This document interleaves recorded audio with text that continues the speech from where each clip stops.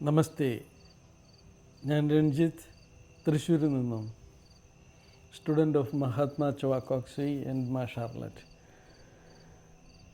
പലരും ചോദിക്കാറുണ്ട്, ആത്മീയ മാർഗത്തിൽ ധ്യാനം മാത്രം ചെയ്താൽ പോരെ, എന്തിനാണ് ശാരീരികമായ വ്യായാമം? ഇത് വളരെ പ്രധാനപ്പെട്ട ഒരു ചോദ്യമാണ്. കാരണം ആത്മീയ ജീവിതം ശരീരത്തെ അവഗണിക്കുന്നതല്ല, ശരീരത്തെ ദൈവിക ശക്തിക്ക് അനുയോജ്യമായ ഒരു ഉപകരണമാക്കി മാറ്റുന്നതാണ്. ഒരു ചെറിയ കഥ പറയാം.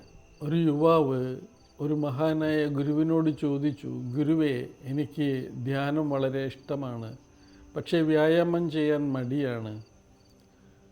ഗുരു അവനെ ക്ഷേത്രത്തിലേക്ക് കൂട്ടിക്കൊണ്ടുപോയി. അവിടെ മനോഹരമായ ഒരു വിളക്ക് കത്തിക്കൊണ്ടിരുന്നു.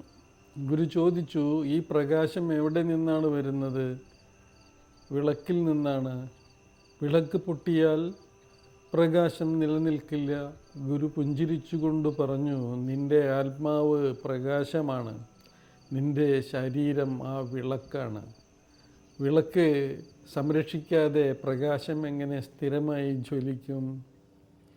ആ ദിവസം മുതൽ യുവാവ് ധ്യാനത്തിനൊപ്പം ശാരീരിക അഭ്യാസങ്ങളും ആരംഭിച്ചു. അവൻ്റെ മനസ്സ് കൂടുതൽ സ്ഥിരമായി, ധ്യാനം കൂടുതൽ ആഴമായി. MSCKS നമ്മോട് വ്യായാമത്തിനെക്കുറിച്ച് പ്രത്യേകമായി പറഞ്ഞിരിക്കുന്നു.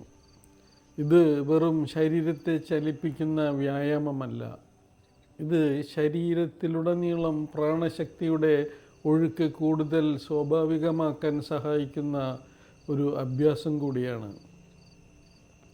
നമ്മുടെ ശരീരത്തോടൊപ്പം നമ്മുടെ ഇമോഷണൽ ഓറ, മെൻ്റൽ ഓറ, സ്പിരിച്വൽ ഓറ എന്നിവയും പരസ്പരം ബന്ധപ്പെട്ടിരിക്കുന്നു.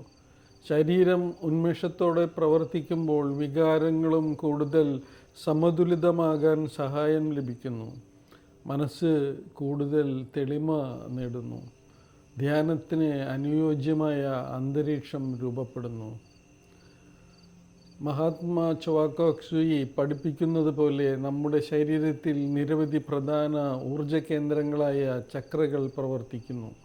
ഓരോ ചക്രത്തിനും ശരീരത്തിനോടും മനസ്സിനോടും ജീവിതശൈലിയോടും ബന്ധമുണ്ട്. ശരീരം മന്ദഗതിയിലാകുമ്പോൾ ഊർജത്തിൻ്റെ സ്വാഭാവിക പ്രവാഹവും കുറയാം. അതിനാലാണ് ധ്യാനത്തിന് മുൻപ് ശരീരത്തെ ഉണർത്തുന്ന അഭ്യാസങ്ങൾക്ക് പ്രാധാന്യം നൽകുന്നത്. ശാരീരിക അഭ്യാസങ്ങൾ ചെയ്യുമ്പോൾ നമ്മുടെ പേശികൾ മാത്രമല്ല പ്രവർത്തിക്കുന്നത്, ശ്വാസം കൂടുതൽ ആഴമുള്ളതാകും, രക്തം കൃത്യമായി ഡിസ്ട്രിബ്യൂട്ട് ചെയ്യപ്പെടും, ശരീരം കൂടുതൽ ഉണരും, മനസ്സും അതിനൊപ്പം പുതുമയോടെ പ്രവർത്തിക്കാൻ തുടങ്ങും. അതുകൊണ്ട് തന്നെ മഹത്തായ ആത്മീയ പാരമ്പര്യങ്ങളിൽ ശരീരവും മനസ്സും ഒരുമിച്ച് പരിശീലിപ്പിക്കപ്പെടുന്നു. ഒരു സംഗീതോപകരണം വായിക്കുന്നതിന് മുമ്പ് അത് ശ്രുതിയിലാക്കേണ്ടതുണ്ട്. അതുപോലെ ധ്യാനത്തിന് മുമ്പ് ശരീരത്തെയും ഊർജ വ്യവസ്ഥയെയും തയ്യാറാക്കുന്നത് വളരെ പ്രധാനമാണ്. അപ്പോഴാണ് ആത്മീയ അഭ്യാസങ്ങൾ കൂടുതൽ ഫലപ്രദമാകുന്നത്. ഓർമ്മിക്കൂ, ശക്തമായ ശരീരം മാത്രം പോരാ, ശാന്തമായ വികാരങ്ങൾ മാത്രം പോരാ, മൂർച്ചയുള്ള ബുദ്ധി മാത്രം പോരാ, ആത്മീയ അനുഭവങ്ങൾ മാത്രം പോരാ. ഇവയെല്ലാം സമന്വയത്തോടെ വളരുമ്പോഴാണ് സമഗ്രമായ ജീവിതം രൂപപ്പെടുന്നത്. അതിനാൽ എന്നും ധ്യാനത്തിന് മുമ്പ് ഫിസിക്കൽ എക്സർസൈസസ് ചെയ്യേണ്ടതുണ്ട്.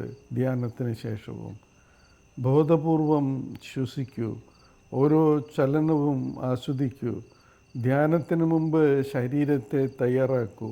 നിങ്ങളുടെ ശരീരം, നിങ്ങളുടെ വികാരങ്ങൾ, നിങ്ങളുടെ മനസ്സ്, നിങ്ങളുടെ ആത്മീയ യാത്ര ഇവയെല്ലാം പരസ്പരം പിന്തുണയ്ക്കുന്നതായി നിങ്ങൾക്ക് ക്രമേണ അനുഭവപ്പെടും. ഓർമ്മിക്കേണ്ട അവസാന സന്ദേശം ഇതാണ്: ശരീരം ആത്മാവിൻ്റെ ക്ഷേത്രമാണ്.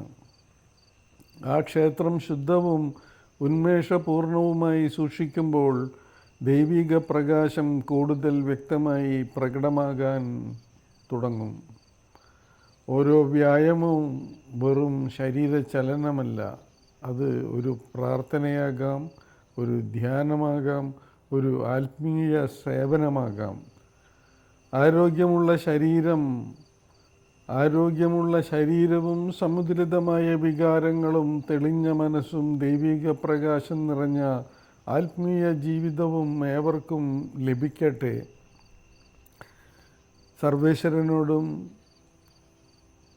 എൻ്റെ ഗുരു മഹാത്മാ ചൊവാക്കോക്സിയോടും ഷാർലറ്റിനോടും അവരുടെ ഗുരുവായിരുന്ന ഹോളി മാസ്റ്ററായിരുന്ന മഹാഗുരുജി മെയ്ലിങ്ങിനോടും പ്രാർത്ഥിച്ചുകൊണ്ട് ഏവർക്കും ആയുരാരോഗ്യ സൗഖ്യം ഉണ്ടാകട്ടെ എന്ന് പ്രാർത്ഥിച്ചുകൊണ്ട് ഞാൻ രഞ്ജിത്ത് തൃശ്ശൂരിൽ നിന്നും നമസ്തേ. Thank you.